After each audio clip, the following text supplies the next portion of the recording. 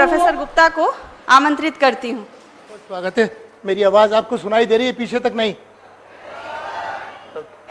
अब मैं तेज से बोल रहा, अब शायद आएगी। हाँ, ये मैं आपको एक छोटी सी ये कैलेंडर है, पिछले वर्ष का कैलेंडर है। ये किसी भी साल का कैलेंडर हो सकता था। हमारे आसपास स्कूल के अंदर, घर के अंदर, ऑफिस के अंदर हर जगह कैलेंडर होते हैं। हम रोज कैलेंडर देखते हैं और देखने के बाद में भी नहीं देखते हैं। विज्ञान का मतलब है हर चीज को बारीकी से उसकी जांच परख करनी, उसका अवलोकन करना। अब मैं आपको यहां पर कुछ नमूने हैं एक कैलेंडर के अंदर, उनको दिखाता हूं। ये कोई मई है। 1 और 9 का जोड़ 10, 8 और 2 10, 2 और 10 12, 9 और 3 12, 15 और 23 38, 22 और 16 38, 20 और 28 48, 27 और 21 48। एक तरह का पैटर्न है, नमूना है। कभी आपने नोटिस करा? नहीं करा? नहीं करा। शायद कुछ मई में गड़बड़ हो सकती है। हम एक अगला महीना देखते हैं, कोई सा भी पलट देते हैं। 9 और 17 26, 16 और 10 26, 10 और 18 28, 17 और 11। हम ऐसा कर सकते हैं हर एक के साथ। यही आपको द क्रॉस नंबर्स का जोड़ एक जैसा होता है। ये एक नमूना है, एक पैटर्न है। अभी हमने 2 बाय 2 यानी 4 अंक लिए थे। अब हम थोड़ा सा ज्यादा एडवेंचरस हो जाते हैं, एक थोड़ी सी बड़ी मैट्रिक्स लेते हैं 3 बाय 3 की। अब ये देखिए 3 बाय 3, इस मैट्रिक्स में कुल कितने अंक होंगे? 9 अंक होंगे। अब देखते हैं 2 और 18 20, जो 10 का दुगना। 16 और 4 20, जो 10 का दुगना। 3 और 17 20, जो 10 का दुगना। 8 और 9 और 11 20, जो 10 का दुगना। इन सब का औसत 10 है। कुल कितने अंक है? 9, और हर एक का औसत 10 है। इन सब का जोड़ कितना होगा? इन 9 का जोड़ कितना होगा? हर एक का औसत तो 10 है और 9 नंबर है, तो कितना जोड़ होगा? 10 into 9 90। झट से आप बता सकते हैं। तो यही विज्ञान का मतलब है कि हर चीज में एक पैटर्न देखना, अपने दिमाग को बर्बाद जानकारी से ओवरलोड नहीं करना। यह दिमाग बहुत ही कीमती है, बेशकीमती है। इसका काम है नमूने देखना, पैटर्न देखना, कॉमनैलिटी देखना, उनसे एक सूत्र निकालना, ना कि बेफजूल की जानकारी से इस दिमाग को ओवरलोड करना। यह विज्ञान का मतलब है। यह सत्य है विज्ञान का। अभी हम और कोई महीना ले लेते हैं। आइए ठीक। अभी देखिए इसमें हमें 4, ये कुल कितने अंक होंगे? देखिए, बोलिए। एक हफ्ते में 7 दिन और 4 हफ्ते, कुल कितने हो गए? 28, 28 हो गए जी। अब देखिए इसमें पैटर्न देखिए। 4 और 31 35, 5 और 10 35, 5 और 30 35, 26 और 9 35, 6 और 29 35, 27 और 8 35, 7 और 28 35, 14 और 21 35। भाई 28 में कितनी जोड़ियां बनेंगी 35 की? 28 अंक हैं, 14। इन सबका जोड़ कितना होगा? 35 गुणा 14। कितनी मजेदार है, जादू भरा हुआ है कैलेंडर में। क्यों नहीं हमारी एनसीईआरटी इसको लाता? क्यों एनसीईआरटी सोई पड़ी हुई है? इतने पीएचडी पूंछ वाले वहां भरे हुए, उनको नहीं दिखाई देता ये? आज से 30 साल पहले मेरे गुरु थे, आप उनकी किताबें जरूर पढ़िए। एक उनका नाम था पीके श्रीनिवासन। उनकी बहुत सी किताबें मेरी वेबसाइट पे हैं। उन्होंने सुंदर कि गणित, कैलेंडर में गणित है, झाड़ू की सीख में गणित है, दिया सलाई में गणित है, सिक्कों में गणित है, कागज में गणित है, हर जगह गणित ही गणित है। गणित का एक ऐसा रोमांच खरक, उन्होंने 60 लेख, एक हिंदू करके अखबार है जिसके लिए लिखे थे, जो मेरी वेबसाइट पे है, कि मैथ्स क्लब एक्टिविटीज। कितनी सारी हम चीजें कर सकते। अभी हम और आगे चाहते हैं। अभी हम और कोई ले लेते हैं कैलेंडर। ये ले लीजिए। अब ये देखिए, अगर आपने इस पूरी एक रो है, इस रो का मैं जोड़ आपको, मैं इसको देख के बता दूंगा, इसका जोड़ 80 है। अब बताइए मैंने कैसे करा? मैंने जोड़ा तो नहीं, मैंने सिर्फ देखा। मैं एक सूत्र को देख रहा हूं, उसका मैंने मर्म पकड़ा है। 2 और 30 32, जो 16 का दुगना। 9 और 23 32, जो 16 का दुगना। इन सबका औसत कितना है? 16। सितंबर में कितने सोमवार हैं? 5 सोमवार हैं। तो 16 पंजे 80। इसका कितना होगा? 75। अभी हम, ये तो हमारी रोज की बात होगी, अब हम खड़े कॉलम्स की बात कर रहे हैं। ये देखिए, अगर संडे 1 तारीख को है तो मंडे 2 तारीख को, मंगलवार 3 तारीख को, बुधवार 4 तारीख को। यह भी एक अंक गणितीय श्रेणी है, अरिथमेटिक प्रोग्रेशन। किसी किताब में नहीं लिखा होता, क्योंकि हमारे सब कागजी रट्टू तोता है कि यह अंकगणितीय श्रेणी हर कैलेंडर के अंदर होती है। कभी किसी आपके गणित के शिक्षक ने आपको यह बताया that arithmetic progressions are right there inside the calendar? अब इन सब का जोड़ कितना होगा कौन बताएगा? वही सूत्र है। हफ्ते में 7 दिन, तो एक बीच का दिन भी है 4। 1 और 7 8, जो 4 का दुगना, 2 और 6 8, जो 4 का दुगना, 3 और 5 8, जो 4 का दुगना। हफ्ते में 7 दिन, 7 चौका 28। इसका कितना होगा? 11 सत्ते। इसका कितना होगा? मुझे 18 का पहाड़ा नहीं आता, पर आपको आता होगा, आप बता सकते हैं। तभी अभी दिमाग को ओवरलोड नहीं करना, पैटर्न देखना, नमूने देखना, झट से उत्तर निकालना। विज्ञान का यह मतलब है, यह मर्म है। इसी के लिए मैंने आपको इसको दिखाया। बहुत ही सुंदर चीज है। हम आगे चलेंगे। मैं आपको एक कहानी सुनाना चाहता हूं। ये एक बहुत ही प्रख्यात गणितज्ञ है जिनका नाम था फ्रेडरिच गाउस। अगर आपने कोई भी, आप हाई स्कूल करें, कोई भी अगर कर्व प्लॉट करेंगे तो जो नॉर्मल डिस्ट्रीब्यूशन है उसका जो रेखा चित्र होता है, इस तरह का एक कर्व होता है, पहाड़ी जैसा कर्व होता है। इसको कहते हैं Gaussian curve, named after Friedrich Gauss. अब ये गॉस की जीवन की एक असली कहानी आपको सुना रहा हूं। गॉस उस समय 3री कक्षा में पढ़ते थे और एक बार उनके टीचर ने कहा कि बेटा अपनी स्लेट निकालो। ये 350 साल पहले की बात है। अपनी स्लेट निकालो और 1 से 100 तक की गिनती लिखो। तो बच्चों के लिए बड़ी आसान सी चीज थी, 3री के बच्चों के लिए 1 से 100 तक की गिनती लिखी। अब आप यहां समझ लीजिए, मेरे पास ब्लैक बोर्ड नहीं है, ब्लैक बोर्ड है भी, इसका जरा पेन देंगे सरकार। 1 से 100 तक की गिनती लिखी। उसके बाद उन्होंने कहा बच्चों से, तो इस तरह की गिनती लिखी।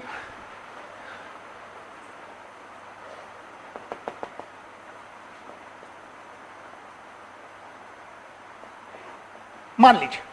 उसके बाद उन्होंने बच्चों से कहा कि आप इन सब अंकों को जोड़ो। शायद गुरुजी एक नींद लेना चाहते थे। बहुत से शिक्षक हमारे क्लास में आकर के सो भी जाते हैं अक्सर, क्योंकि क्लास ही इतनी उबाऊ होती है। तो उन्होंने बच्चों को एक स्कूल का वर्क दे दिया कि आप 1 से, तो बच्चे शुरू हो गए साहब। 1 और 2 3, 3 और 3 6, 6 और 4 10, 10 और 5 15, 15 और 6 21। अब आप देख रहे हैं कि जैसे ही अंक बड़े होते जाएंगे तो स्पीड बढ़ेगी कि घटेगी? घटती जाएगी। पर सब बच्चे लगे रहे। गॉस एकमात्र ऐसा व्यक्ति था जो टकटकी लगाए अंकों को देख रहा था। और गॉस ने क्या देखा?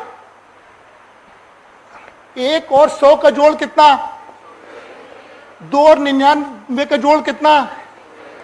3 और 98 का जोड़ कितना? 4 और 97 का जोड़ कितना? भैया अगर 100 अंक हैं तो कितनी जोड़ियां बनेंगी? 101 को 50 से गुणा कर दो तो ये उत्तर आ जाएगा।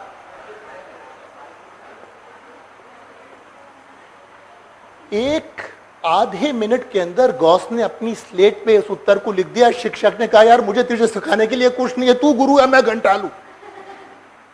असली शिक्षक वही होता है जो बच्चों के सामने जाके कह ले। ये बड़े बड़े पीएचडी की अपनी बात करते रहते हैं। आजकल पीएचडी बाद में हुआ, उससे पहले वो फॉसिल बन जाता है, क्योंकि जानकारी का विस्फोट हो रहा है।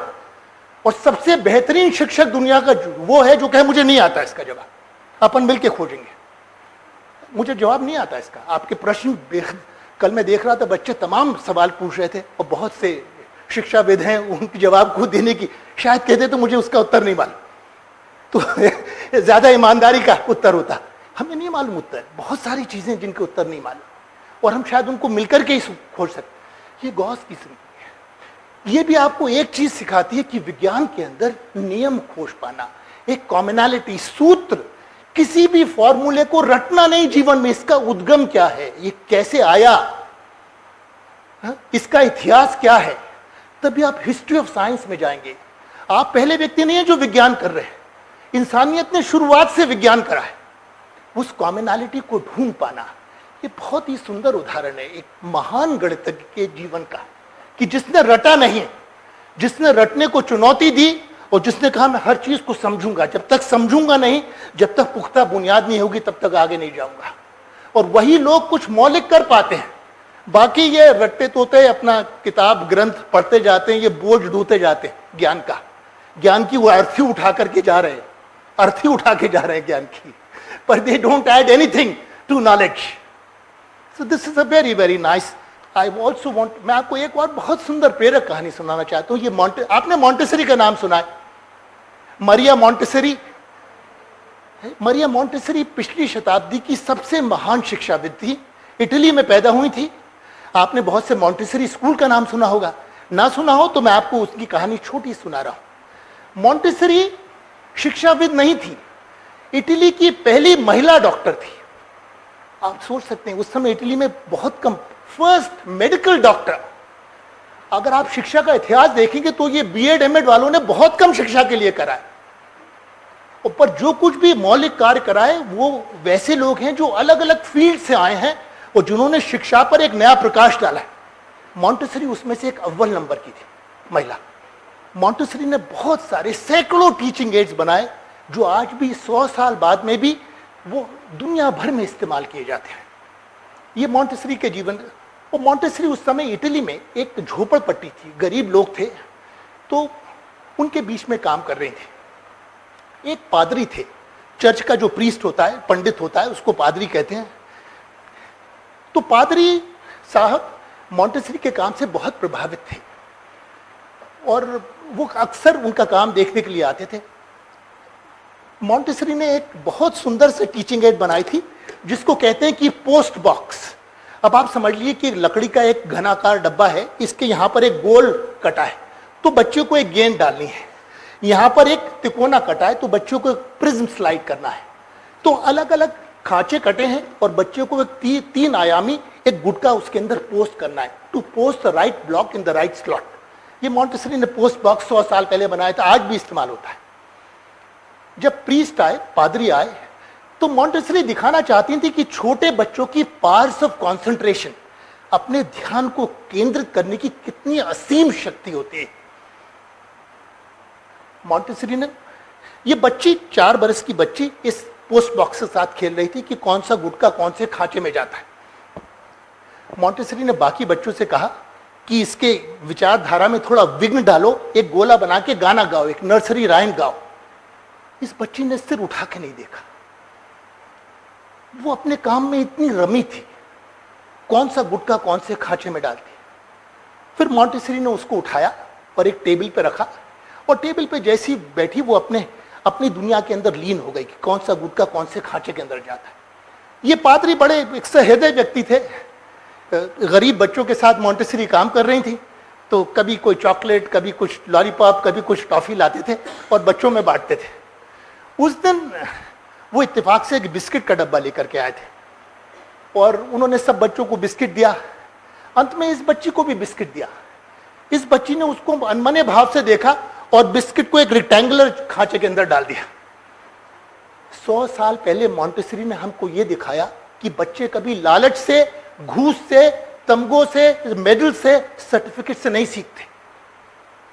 जो दुनिया को समझने का जो आनंद है वो परमानंद है, वो सब इनके फीके हैं उनके सामने, ये बिल्कुल सेकेंडरी है। बच्चे दुनिया में नए होते हैं, बच्चे दुनिया को समझना चाहते हैं। They want to understand, they want to make sense of the world, they want to understand the world। और ये बहुत propelling पावर है। ये सब बाकी, ये सब आकर्षण, किसी को स्टार दे दिया, किसी को मेडल दे दिया, किसी को सर्टिफिकेट दे दिया, ये सब फीके बेमानी है, क्योंकि इस दुनिया को समझने का एक परमानंद है। ये मॉन्टेसरी की सीख थी। हम लोगों ने बहुत साल, मॉन्टेसरी का उपकरण बेहद महंगा उपकरण है।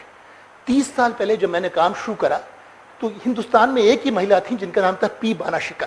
हैदराबाद में हमारे जो पोलैंड के एम्बेसडर थे उनकी पत्नी थी, एक यहूदी थी और सेकेंड वर्ल्ड वॉर के बाद में वो हिंदुस्तान में रह गई थी। तो उन्होंने एक मॉन्टेसरी के उपकरण का कारखाना हैदराबाद में छोड़ा, ये KB टॉयज, के बानाशिका नाम था उसका।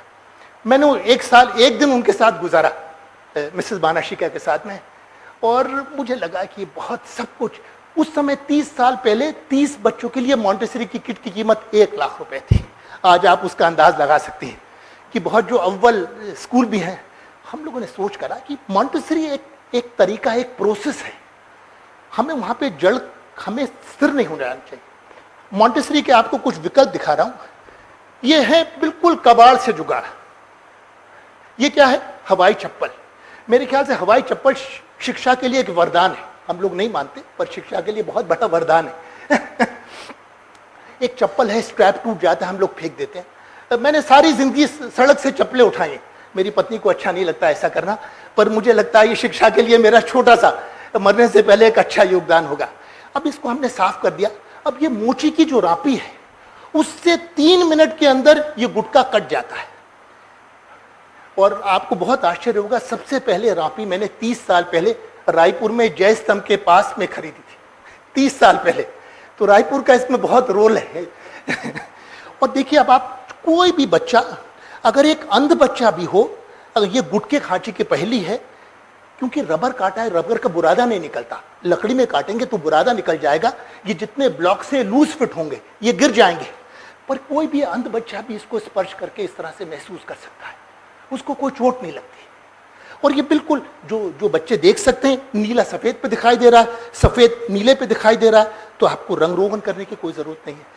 कोई शार्प एजेस नहीं है, कोई फांस नहीं है। हम लोगों ने 40 पहेलियां अंध बच्चों के लिए बनाई जो केवल चप्पलों पे आधारित थी। विज्ञान का मतलब है to use your mind, not to ape, दूसरों की नकल नहीं करना, पर अपनी अकल लगाना। तभी हम कुछ मौलिक कर पाएंगे। एक आपको और छोटा सा एक उदाहरण देता हूं इसका,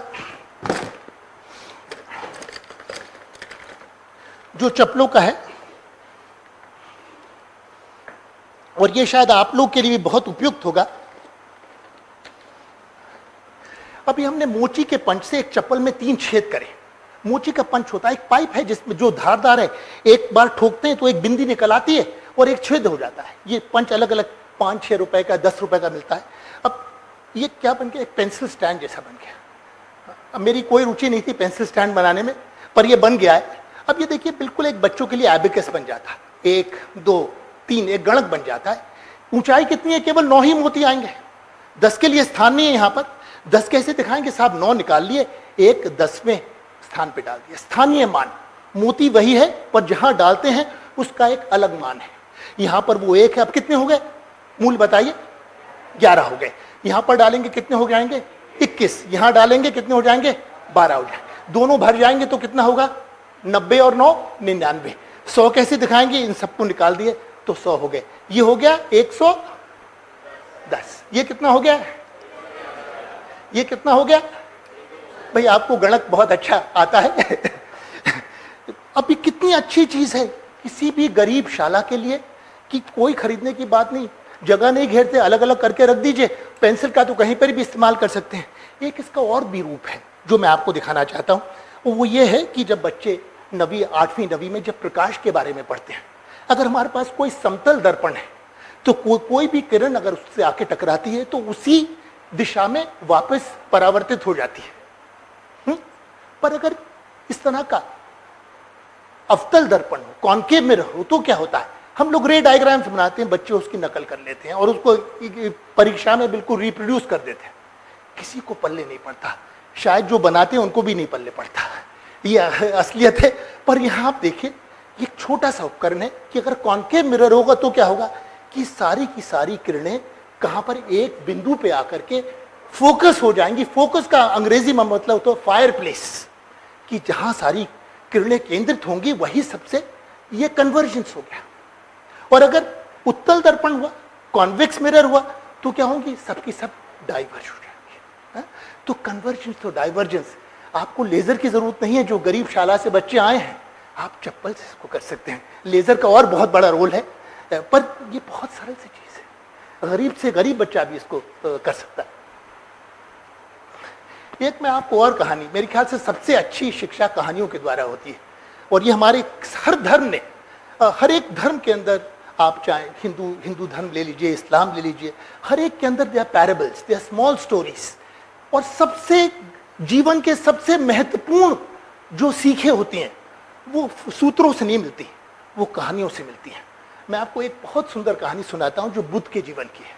भगवान बुद्ध सबसे विवेकशील व्यक्ति थे जिन्होंने धरती पे शायद कभी कदम रखा।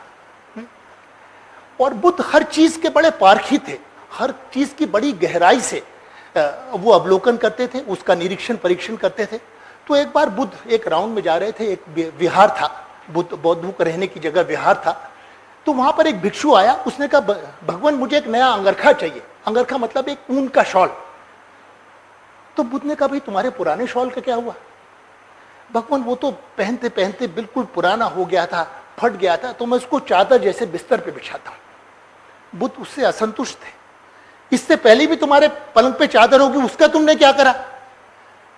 भगवान वो तो बिल्कुल इतनी गल गई थी कि मैंने उसको काट करके तकिए का गिलाफ बना दिया। बुद्ध उससे भी असंतुष्ट हुए। इससे पहले भी तुम्हारे पलंग के तकिए में गिलाफ होगा, उसका क्या करा तुमने? वो तो जी मुंडी रगड़ते रगड़ते उसके अंदर एक छेद हो गया था गिलाफ के अंदर, तो मैं उसको अब पायदान जैसे इस्तेमाल करता हूं। अब बुद्ध हर एक चीज की गहराई से तहकीकात करते थे। He was not a frivolous investigator, he was a serious investigator. तो अंतिम सवाल उन्होंने पूछा कि भाई ये बताओ तुमने उस पुराने पायदान का क्या करा? भगवान वो पैर रगड़ते रगड़ते उस पायदान के तार तार रेशे रेशे निकल गए थे। तो मैंने उन सब रेशों को इकट्ठा करा, उनकी एक बाती बनाई और दिए में जलाई। तब बुद्ध मुस्कुराए। बुद्ध ने कहा ये सुपात्र है इसको एक नया अंगरखा मिलना चाहिए। ये 5000 साल पहले की कहानी है जो हमारी त्रिपिटका के अंदर है। अब ये पर्यावरण के कितना गहरा इसके अंदर एक संदेश है जो 5000 साल के बाद में भी जो कंज्यूमर सोसाइटी है उसके लिए बहुत गहरा संदेश है। हमें दक्षिण से ये सुनने की जरूरत नहीं है कि रीयूज, रिसाइकिल, ये हमारी परंपरा का एक अंग है। मुझे याद है कि बचपन में जब मेरी माँ की जो पेटीकोट पुराने हो जाते थे तो उनको काट करके बहन की शमीज सिली जाती थी या कोई चड्डी सिली जाती थी।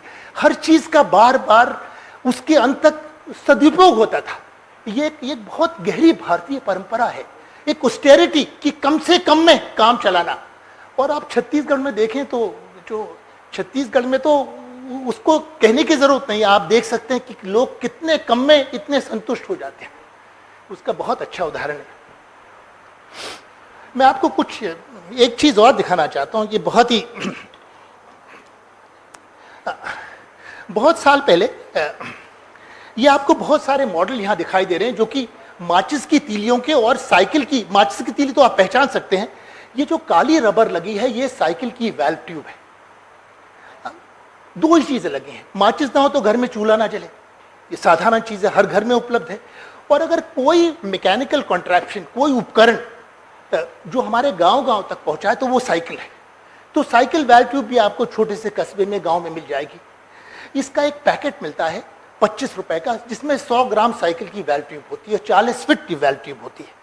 तब हम क्या करते हैं कि इसका एक छोटा सा टुकड़ा लिया, माचिस का मसाला निकाल दिया तो दोनों, और 2 तीलियां इसमें चली जाती हैं और दोनों का मत्थे से मत्था मिल जाता है।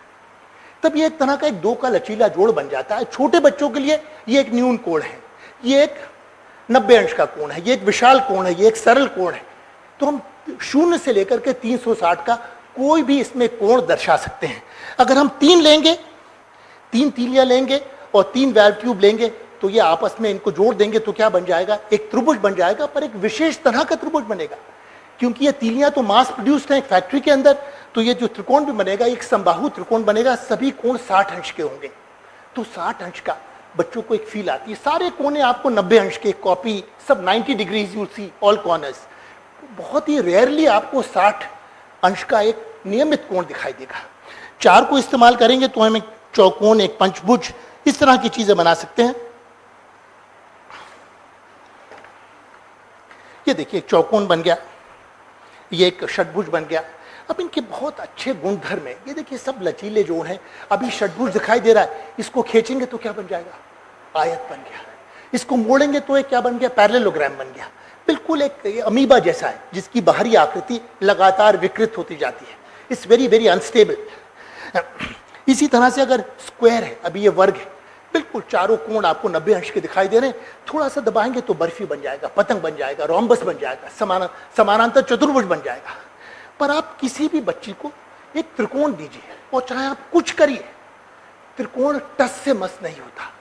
ये इसकी अति विशिष्टता है, इसकी स्पेशलिटी है। और तभी हम त्रिकोण, आपने कभी गांव में कोई भी घर बनाता है तो छत की कैंची कैसी होती है? हमेशा त्रिकोण होती है। ये ऊपर की जो टाइल्स हैं, ऊपर का जो कबेलू है या उनका भार सह पाता है। कोई भी अगर पुल होगा तो उसके सारे मेंबरान हमेशा त्रिकोणों में बटे होते हैं, क्योंकि अगर वो चौकोन बने होंगे और अगर रेल आएगी तो बिल्कुल ये पुल तो डगमगाने लगेगा, नाच करने लगेगा। तो ये आम लोग बहुत पहले से जानते थे। कोई भी गांव में घर बनाता है, कभी भी इस तरह की कैंची नहीं बनाता।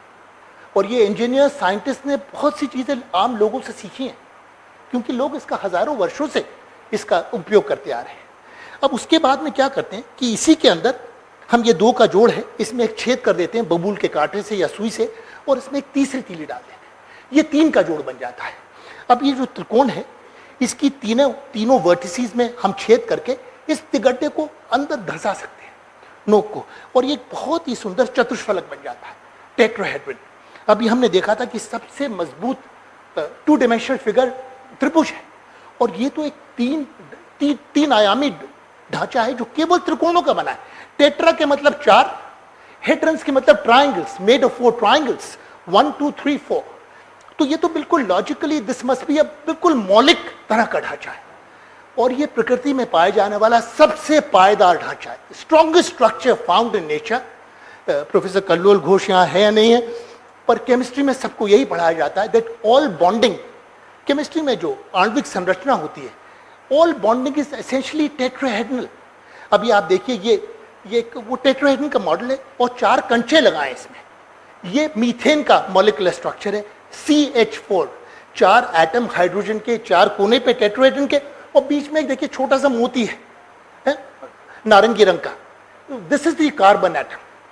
तो 4वीं 5वीं के बच्चे अपने स्कूल के अंदर, शाला के अंदर, they can make molecular structures. किताब में जो आप एक चित्र देखते हैं उससे आपको वो फील नहीं आती है जो आप खुद मॉडल बना करके आती है। इस तरह से अगर आपने एक घन बना लिया, ये क्या है? पिरामिड है। ये मिस्र की बहुत ही मशहूर पिरामिड है। अब you can put this on top of the other, अब ये क्या बन जाएगा? एक घर जैसा बन गया। अब अपने भारत के परिप्रेक्ष्य के अंदर this is like a mechano. आप एक 4 का जोड़ बना सकते हैं, 6 का जोड़ बना सकते हैं, सिर्फ एक सुई चाहिए। ये सब लचीले जोड़ हैं, और इनसे जो कुछ आप डिजाइन कर सकते हैं, निर्माण कर सकते हैं, वो सिर्फ आपकी कल्पना पे सीमित है। यू कैन मेक ये एक प्रिज्म है, प्रिज्म के ऊपर आप एक टेट्राहेड्रन को रख दीजिए तो एक थोड़ा मंदिर जैसा दिखेगा। पर इसी तरह से बच्चे विज्ञान सीखते हैं, अपने हाथ से करके विज्ञान सीखते हैं। ये एक आइकोसाहेड्रन है, विंश फलक। आइको के मतलब 20, हेड्रन के मतलब ट्राइंगल, जो 20 त्रिकोणों का बना है। 5 यहाँ पर है, 5 यहाँ पर है, 10, और इस बाउंड्री में भी 10 है। सबको जोड़ेंगे तो, और ये कितना सुंदर मॉडल है। ये देखिए, इसको आप लचा सकते हैं, बिल्कुल एक इग्लू बन जाता है। इसको आप, जब तक बच्चे इस तरह की चीजों को तोड़ेंगे नहीं, जोड़ेंगे नहीं, तब तक दरअसल में विज्ञान का मर्म समझ में नहीं आता। ये बिल्कुल वैसा है कि आप तैराकी पे चाहे कितनी किताबें पढ़ लें स्विमिंग के ऊपर, आप चाहे PhD भी क्यों ना कर लें स्विमिंग के ऊपर, जब तक आप कूदेंगे नहीं पानी में और हाथ पैर नहीं मारेंगे, तब तक आपको स्विमिंग नहीं आएगी। और ये विज्ञान के लिए भी उतना ही सत्य है कि आपको चीजें करनी पड़ेंगी। तो एक बहुत ही सुंदर सा, सरल सा है कि एक मैं आपको और दिखाता हूं। ये बिल्कुल कबाड़ से जुगाड़। हम लोगों ने एक किताब है मेरी जिसका नाम है लिटिल टॉयज, जो नेशनल बुक ट्रस्ट ने छापी है, 20 साल पहले लिखी थी, जब ये फ्रूटी के डब्बे आए थे। ये टेट्रा पैक एक भयानक चीज है। बहुत कम लोग जानते हैं कि डब्बा महंगा होता है और फ्रूटी अंदर की सस्ती होती है। ठीक है, ये विकास है। फ्रूटी सस्ती, डब्बा महंगा। डब्बा बहुत हाई एनर्जी डब्बा है। किस चीज का बना है? प्लास्टिक का बना है। देखिए, प्लास्टिक की 3 तह होती हैं इसके अंदर। एल्यूमिनियम, आपका कोरबा बहुत पास में है। Aluminium is the largest consumer पर टन ऑफ इलेक्ट्रिसिटी। सबसे ज्यादा ऊर्जा एल्यूमिनियम में लगती है। ये 5 तहें हैं, 3 प्लास्टिक की, एक एल्यूमिनियम की, और एक कार्ड शीट है जिसपे छिपाई होती है। ये सब फ्यूज्ड हैं। तो आपको 5 मिनट में आपने फ्रूटी पी और डब्बा फेंक दिया, 500 साल तक ये लैंडफिल के अंदर पड़ा रहेगा। प्रकृति इसके सामने घुटने टेक देती है। एल्यूमिनियम को तो जंग भी नहीं लगती, लोहा को जंग लग जाती है, एल्यूमिनियम को जंग भी नहीं लगती। और प्लास्टिक तो डिके होता है हजारों साल में। तो ये आपके, अगर आपने कभी फ्रूटी का डब्बा फेंक दिया तो आपके बच्चों के बच्चों के बच्चे आपको किसी दिन कहेंगे कि हमारे दादा के परदादा ने कितनी तबाही मचाई थी, तो आपसे विनती यह है कि इनको ना इस्तेमाल करें, पर सड़क से फ्रूटी का डब्बा उठाएं और उससे चीजें बनाएं। और उसका एक बहुत सुंदर उदाहरण यह है कि हमने क्या करा, यहाँ पर एक डिवाइडर चाहिए। डिवाइडर से एक 20 समभुज त्रिकोणों का एक जाल बनाया है। और ये देखिए, क्योंकि एल्युमिनियम है तो बहुत अच्छी क्रीज हो जाती है इसके अंदर। एंड अब इसको गोंद लगाकर आप इन सबको अगर जोड़ देंगे तो वो आइकोसाइड बन जाता है। ये फ्रूटी के डब्बे से बना है। तो जो सड़क पे बिल्कुल कचरा चीज थी, तो अब यही बुद्ध के जीवन का संदेश है कि हर चीज को रिसाइकल करना, रीयूज करना। आप अगर मेरी वेबसाइट पे देखेंगे, एक बहुत गंदगी है। We have learn the worst of the west. जो पश्चिम देशों में, वहां कुछ अच्छी बातें भी होती हैं, पर एक बहुत ही कंज्यूमरिस्ट समाज है।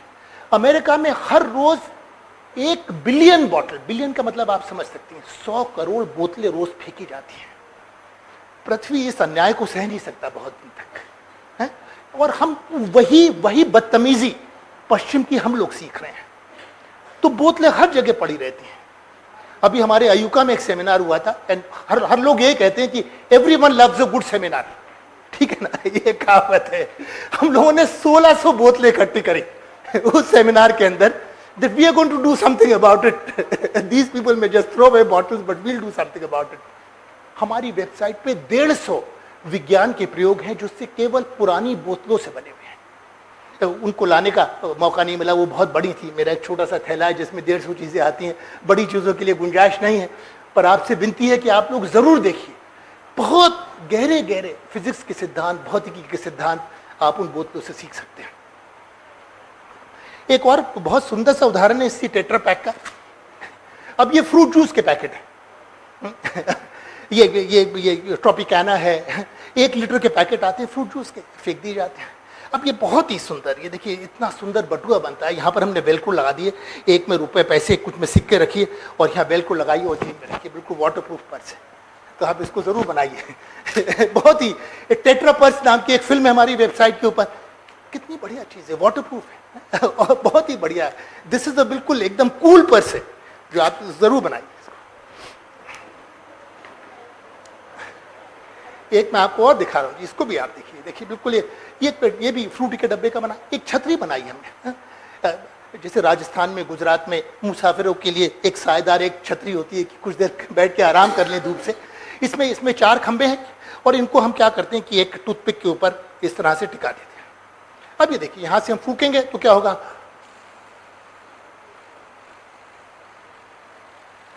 एक ये टरबाइन बन गई। बच्चों के लिए छोटा सा खिलौना भी है, और ये टरबाइन के सारे सिद्धांत इसके अंदर।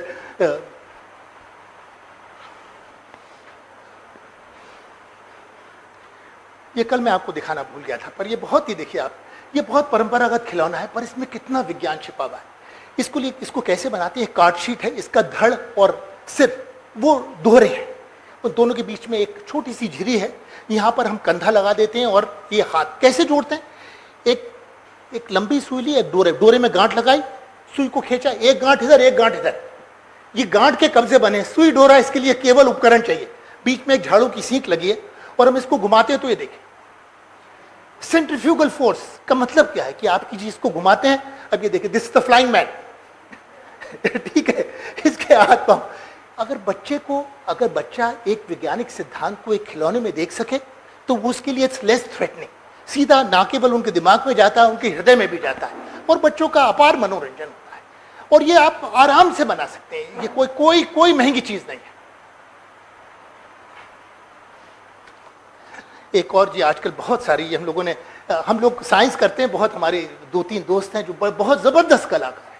उनका कबाड़ से कला, जैसे हमारा कबाड़ से जुगाड़, उनका एक ही स्लोगन है, कबाड़ से कला। अभी कोई कहीं पुरानी प्लेट है जी, नाश्ता वाश्ता करते हैं, प्लेट फेंक दी जाती है। देखिए एक प्लेट का ये भी उदाहरण है। ये कोई आपके बस्तर के मास्क से कम नहीं है। दूसरी तरफ देखेंगे तो आपको एक और चेहरा दिखाई देगा इसका। It's a very nice way कि बच्चों में कला के प्रति प्रेम, जो हमने आसपास की चीजें, हम लोग की जो बुद्धि है वो इतनी कुंठित हो गई है कि जब तक किसी पेंटिंग को हम सूली से ना लटका दे तब तक हमको कला नहीं नजर आती। पर बच्चे तो हर चीज में कला दिखाई देती है उनको। एक हमारे गुरुजी थे जिनका नाम था विष्णु चिंचलकर। गुरुजी कहते थे कि देखिए, बच्चा अगर पकौड़े खा रहा है तो उसको इसके अंदर मुर्गा दिखाई दे रहा है, कुछ उसके अंदर कोई हिरन दिखाई दे रहा है तो उसको माँ उस समय चपत मारती कि फटाफट भजिया खा, बाद में उसको आर्ट स्कूल में भेजती है। तो ये बच्चों के अंदर एक जन्मजात प्रवृत्ति होती है कला की, हर चीज में कला महसूस होती है उनको, उसको हम शुरू से ही दबा देते हैं और बाद में उनको एनआईडी के लिए कोचिंग क्लास में भेजते हैं। अभी इसमें कोई बहुत बड़ी बात नहीं है। अब मेरे ख्याल से मैं 5 मिनट में खत्म करूंगा, आप लोग के भोजन का वक्त है। ये बिल्कुल एक छोटा सा कागज का बना हुआ है और बहुत ही सुंदर खिलौना है। आप ये देखिए, ये चुड़िया जो है ये अपने पंख फड़फड़ाती है, वेरी डायनेमिक, कोई गोंद नहीं है इसमें तो लगा हुआ।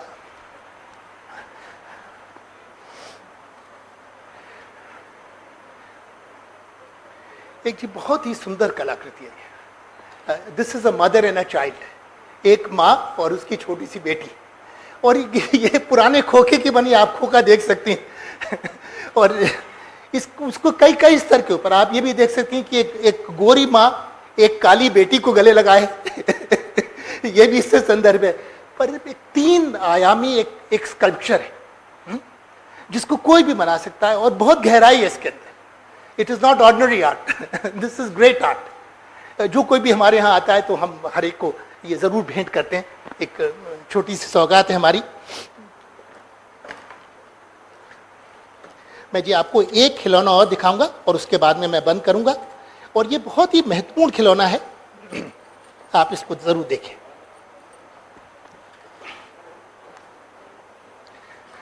ये देखिए मेरे पास में कीले हैं, साधारण कीले हैं, इनमें कोई भी चुंबक नहीं है, और कितनी बड़ी 4 इंच लंबी कीले हैं। अब प्रश्न ये है कि इन कीलों को हम, ये कील सीधी खड़ी है, इसके मत्थे पे किस तरह से संतुलित करें। कोई सुपर ग्लू नहीं है, कोई चुंबक नहीं है। अब ये समस्या बिल्कुल, it's a problem solving way of learning science, कि आप कि आप चुनौती है कि आप करके दिखाइए इसको। अब इसका एक बहुत सरल सा तरीका है, वो मैं आपको यहाँ दिखा रहा हूँ। हम एक को ऐसा रखेंगे, मैं उठाऊंगा तो आपको दिखाई देगा, एक का मत्था बाएं को, दूसरे का दाएं को, एक का बाएं को, दूसरे का दाएं को। इस तरह से हमने तीन को बाएं, 3 को दाएं, और जो अंतिम है उसको पहली के ऊपर रखा। अब मैं सबको उठाऊंगा तो आपको देख पाएंगे। ये देखिए,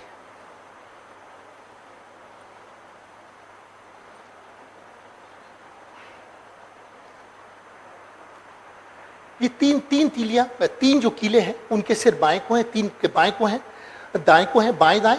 नीचे और ऊपर वाली कील के सिरों को पकड़ते हैं तो बाकी 6 कीलों के मत्थे इन दोनों में फंस जाते हैं, दे गेट वेज्ड, और अंत में आप इस सीधी के ऊपर इसको इस तरह से टिका सकते हैं।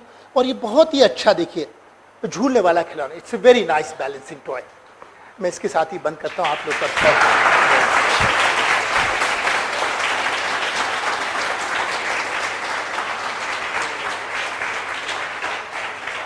एक अंतिम चीज आई विल जस्ट, मैं शिव भाई को ये दूंगा। ये हम लोगों ने एक नया कार्ड बनाया है नए साल का, इसका आप आनंद लीजिए। अब ये आपको एक चित्र दिखाई देगा इसमें, तो शायद कैमरे पे दिखाएंगे तो और ज्यादा। एक चित्र दिखाई दे रहा है, सिर्फ फीका सा चित्र है, एक सिंगल कलर का चित्र है, एक सिंगल आउटलाइन है, और मैं खींचूंगा इसको तो आपको इसके अंदर कुछ एकदम जादू दिखाई दे। सॉरी, अभी देखिए बिल्कुल फीका सा चित्र है, और मैं इसको खींचूंगा तो आपको इसके अंदर बिल्कुल रंग भरे होंगे, और मैं यही मेरी कामना है कि आपका नया साल भी रंगों से भरा हो। और ये